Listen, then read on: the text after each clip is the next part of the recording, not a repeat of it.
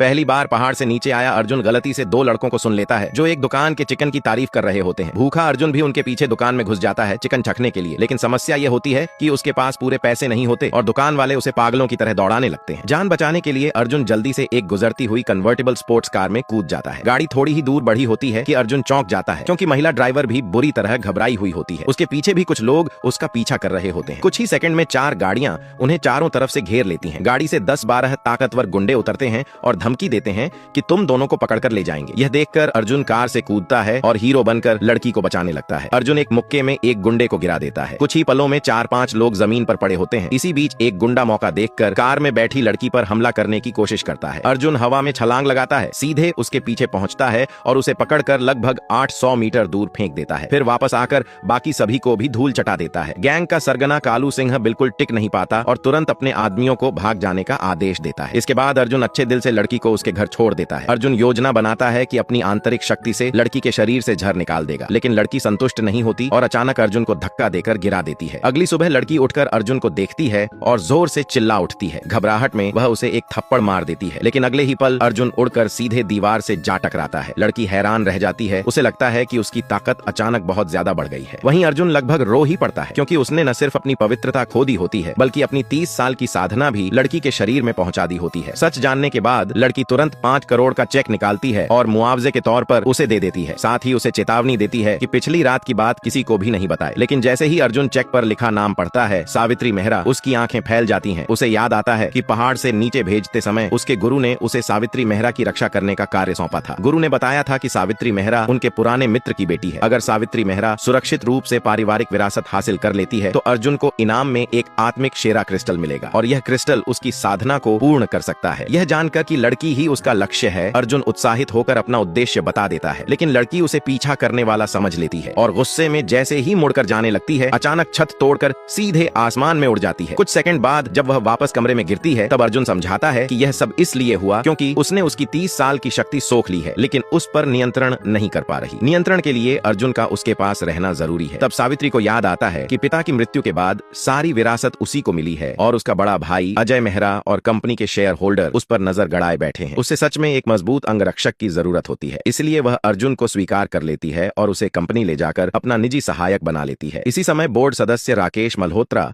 अपने लोगों के साथ दफ्तर में घुस आता है।